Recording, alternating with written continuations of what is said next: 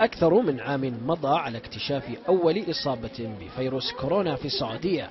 هذا المرض الذي يصيب الجهاز التنفسي بالتهاب حاد.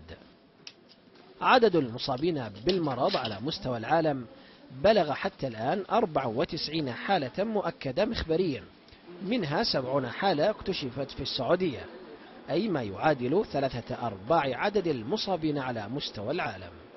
الفيروس بيلاحق كل واحد وممكن يكون كلنا أصبنا به. المشكلة اللي حصلت إنه أصاب بعض الناس اللي عندهم نقص في مناعتهم الطبيعية.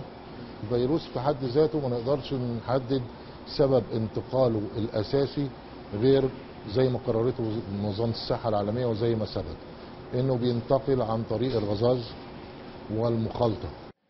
ومن أبرز أعراض الإصابة بالفيروس ارتفاع درجة حرارة الجسم واحتقان في الحلق والرشح والسعال، حيث تستمر هذه الأعراض لمدة أيام.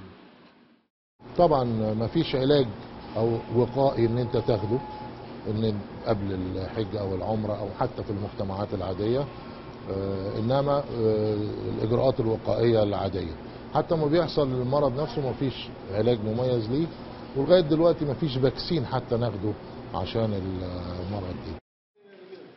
ومع أن حالات الإصابة بفيروس كورونا لا تزال مستمرة في السعودية، فإن منظمة الصحة العالمية لم تقم بفرض أي قيود على أنشطة السفر والتجارة إليها. رغم ما تقوم به وزارة الصحة في السعودية من أعمال لمواجهة فيروس كورونا، إلا أنه يبقى هاجسا مقلقا لتزايد عدد حالات الإصابة بالعدوى، خصوصا في أماكن التجمعات كالعمرة والحج.